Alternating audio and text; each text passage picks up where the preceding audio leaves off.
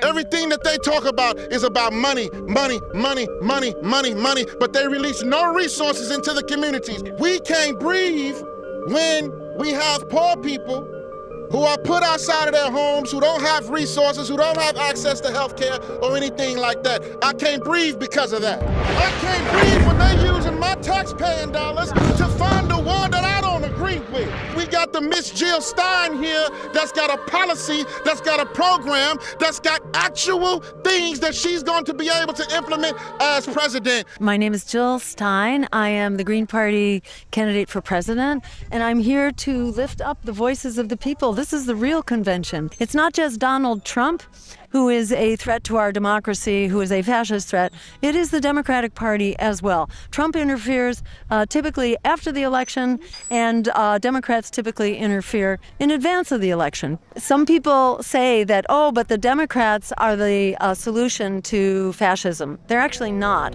They are the cause. You had Bill Clinton implementing NAFTA, which sent lots of jobs overseas. You had Barack Obama, who was passing the Wall Street bailouts, which bailed out Wall Street to the tune of trillions of dollars, while ordinary homeowners got thrown out of their homes.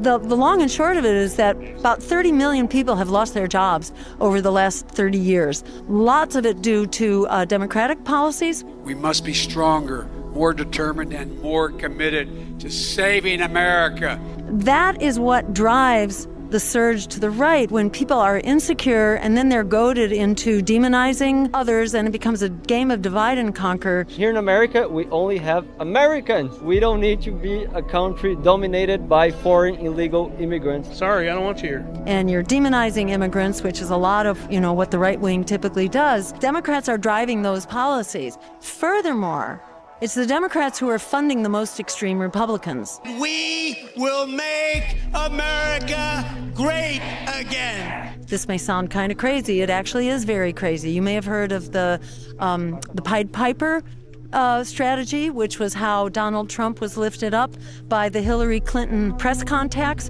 who lifted up Trump thinking that he would be the easiest Republican to beat. But actually he wasn't.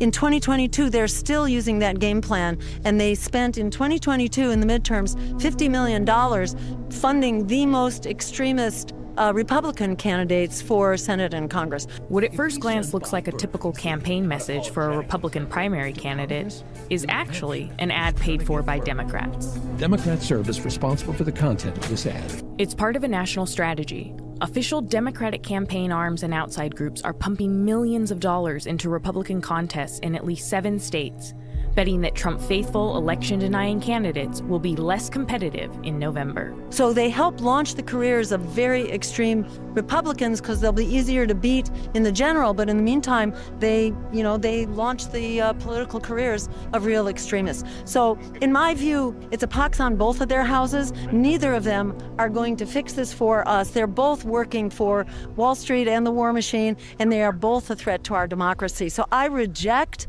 the notion of lesser evilism. And besides, how could you say that the Democrats are the lesser evil when they are conducting the genocide right now? They are slaughtering 200,000 women and children in particular, and elders in Gaza right now. With Trump, it's a hypothetical. With Biden-Harris, it's not hypothetical. It's actually happening now.